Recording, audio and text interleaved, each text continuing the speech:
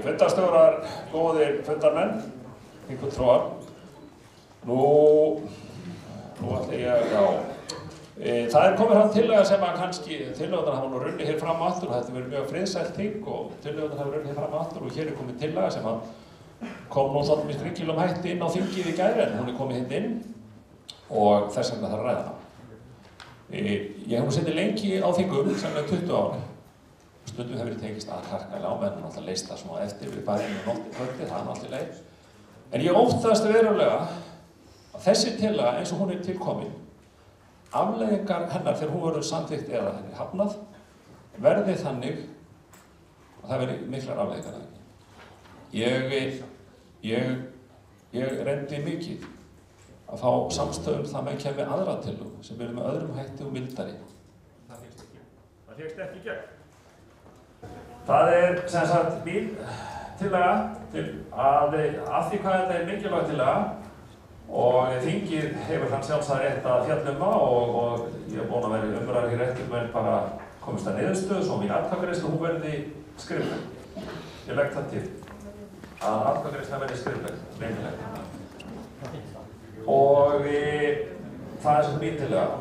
Nú, reglur staðarval landsmóta eru þannig að það er stjórn LH sem á að velja landsmótstaf.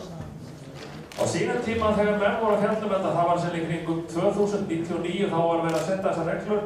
Ég satt þá í stjórn LH og við Sigfús og fleiri sem hérna og þá var velt í upp þeim boltan hvort að landsþingið ætti að ákvaða landsmótstaf.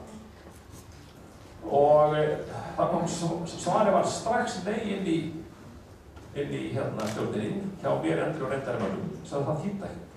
Þá myndi þetta verða einhver stórkostleg átök á þinginu, myndi klofna hér allt og menn væri ekki bundin, menn gæti bara ákveðið eitthvað.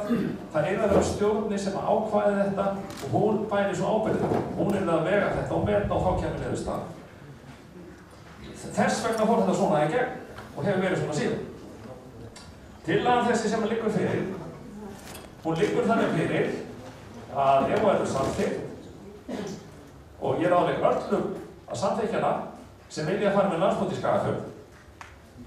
Hún er beinlínis gerð til þess að ef menn samþykkjana þá eru verulega líkur að því að landsmót fari í Skagafjörð vegna þess að það er það búið að segja við stjórn en þá gjörið þið svo vel, farið norður og kláriði samninga. Og ekkert við það er bara þannig og því eigið reyna að klára samninga ef það er lífsins möguleg. Það er það sem er.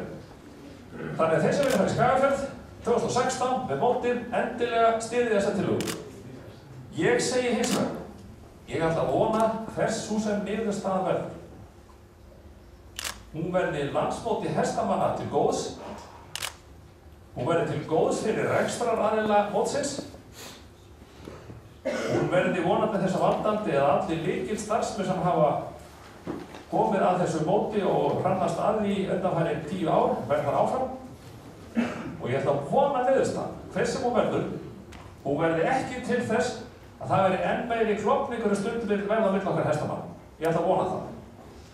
Ég hef unnið talsvert af landsmóti hestamanna, sérstaklega í byrjun. Þegar að EHF kom inn, tók þátt í því að halda 3 mót, fyrstu móti. Ég hef alltaf barist fyrir landsmóti hestamanna. Ég hef alltaf haldið fram að landsmóti hestamanna var í gullegg okkar hestamanna. Ég hins vegar voðalega smeykur það nú að þetta gullegg okkar geti og sé kannski þannig að vera millust einn okkar hrós. Takk fyrir.